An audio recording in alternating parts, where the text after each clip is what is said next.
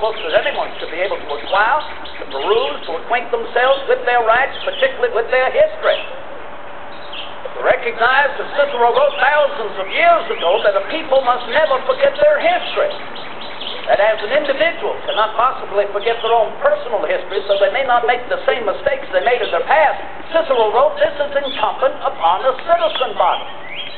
He said, if a people forget their history, they will remain school children all their lives, ready to be led, rather than to lead themselves.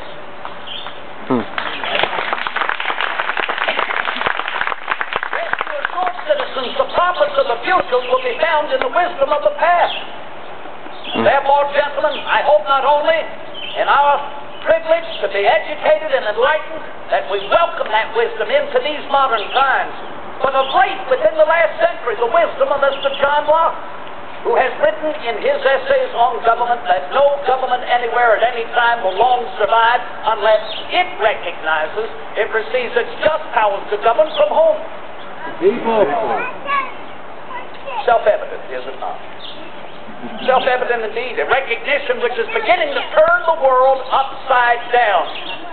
Particularly when this precious invention of this modern world, the printing press, is beginning to disseminate information now to a further distance than it has ever been recognized in human history.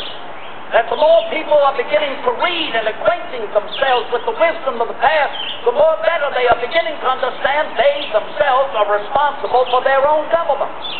That they will no longer tolerate having the wall of ignorance being pulled over their eyes to mistrust of their own vision.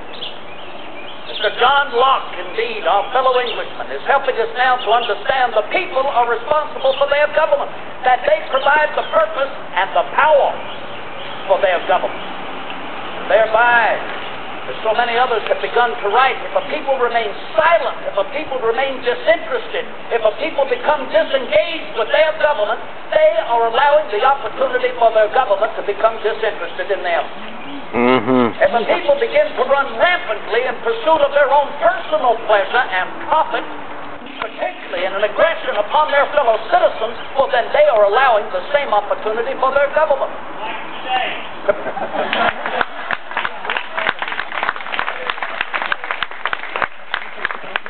Sometimes brilliance just reigns within an audience. I am speaking of today, sir.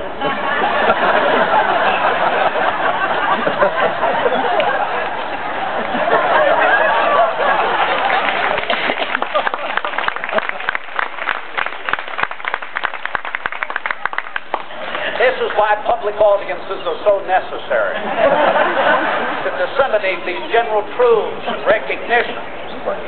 As I have written, if a people remain silent, and thank heaven for the gentleman for pronouncing his opinion, for if a people remain silent, their silence will but feed their government power and fatten their government to become as a wolf. And I hope we well understand that a wolf well-fed, well-fattened will not lie back lazy, now will it? They indeed will immediately turn about to bite the hand that has fed it.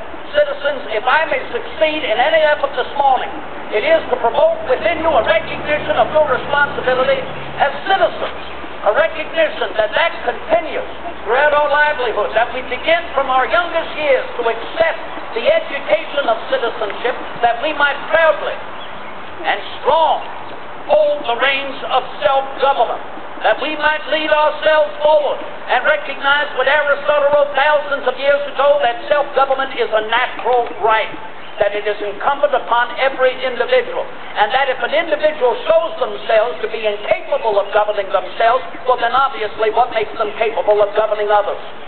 How well we know, if men were angels, governments would not be necessary. But I ask you this, have we found angels in the forms of kings to govern us?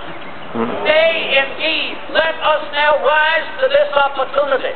Let us proudly accept the reins of self-government. Let us draw ourselves closer together, begin to enlighten ourselves across this land.